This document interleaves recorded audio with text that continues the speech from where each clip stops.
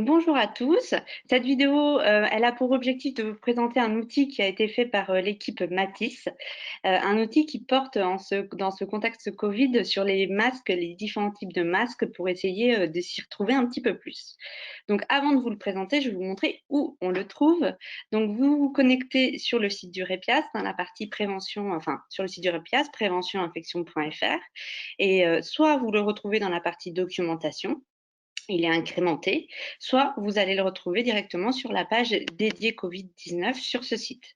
Sur la page dédiée Covid-19, on va dérouler un petit peu et on va aller dans la partie tout secteur sous le logo Repias Matisse et on le retrouve ici. Donc un tableau pour l'instant qui est en date du 8 avril, usage des différents types de masques. Donc je vais l'ouvrir, en fait je l'ai déjà ouvert, donc je vous le présente. Ce document, il est plutôt sous forme de tableau en 3 parties. La première partie, on va dire une première partie un peu générale, où on repositionne un peu tout ce qui est modalité de gestion des masques.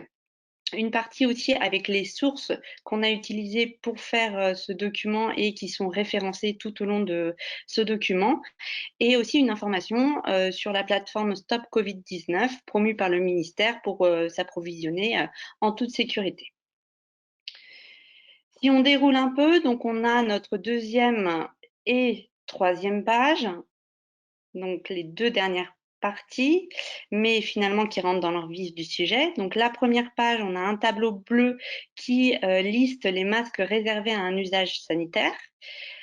Sur ce tableau bleu, vous avez les catégories de masques dont on parle.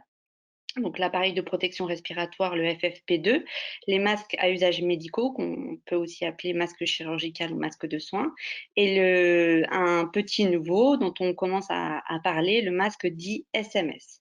À noter que ce masque dit SMS, pour l'instant, est en attente de position nationale.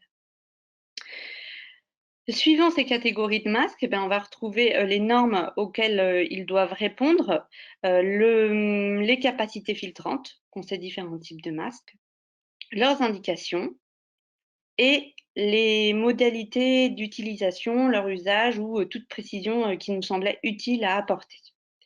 Donc ça, c'est pour la première partie, enfin pour le premier tableau.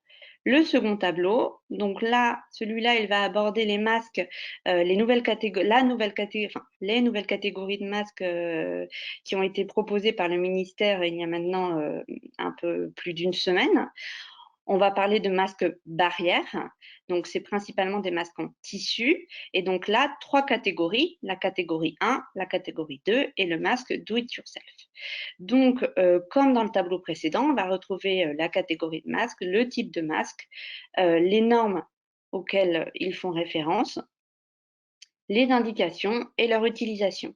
À noter que pour les masques barrières de catégorie 1 et 2, on a une liste sur le site de la Direction générale des entreprises qui nous renvoie vers les masques des entreprises qui ont passé les tests de la Direction générale de l'armement. Donc c'est toujours intéressant pour ceux qui en auraient besoin dans un cadre non sanitaire d'aller voir ce document. Alors c'est écrit en tout petit, mais si je zoome, vous voyez, on peut voir l'entreprise, le contact commercial, etc., la cadence, est-ce que c'est lavable, etc., etc.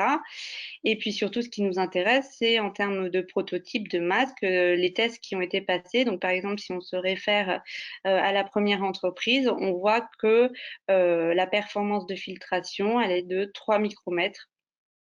La performance de filtration des particules de 3 microns est de 95,3%. Après, vous voyez qu'il n'y a pas eu de test après lavage. Par contre, il y en a qui ont fait ces tests, même sur plusieurs prototypes. Alors, il faut savoir la catégorie, la colonne performance filtration, quand c'est en vert, ça correspond à la catégorie 1, et quand c'est en orange, ça correspond à une catégorie 2. Si je reviens à mon tableau,